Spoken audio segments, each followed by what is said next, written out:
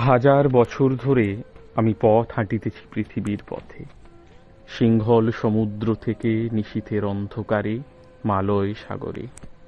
অনেক ঘুরেছি আমি বিম্বিসার অশোকের ধূসর জগতে। সেখানে ছিলাম আমি আরো দূর অন্ধকারে বিদর্ভ নগরে।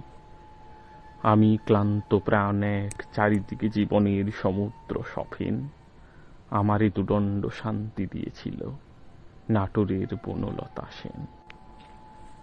চুল তার কবেকার অন্ধকার বিদিশার নিশা, মুখ তার শ্রাবস্তির কারুকার্য। অতিদূর সমুদ্রের পর হাল ভেঙে যে নাবিক হারাইছে দিশা। সবুজ ঘাসের দেশ যখন সে চোখে দেখে দারুচিনি দ্বীপের ভিতর, তেমনি দেখেছি তারে অন্ধকারে। বলেছে সে, এতদিন কোথায় ছিলেন?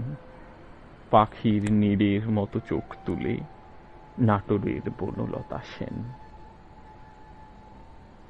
সমস্ত দিনের শেষে শিশিরের শব্দের মতন সন্ধ্যা আসে। ডানার রৌদ্রের গন্ধ মুছে ফেলে চিল।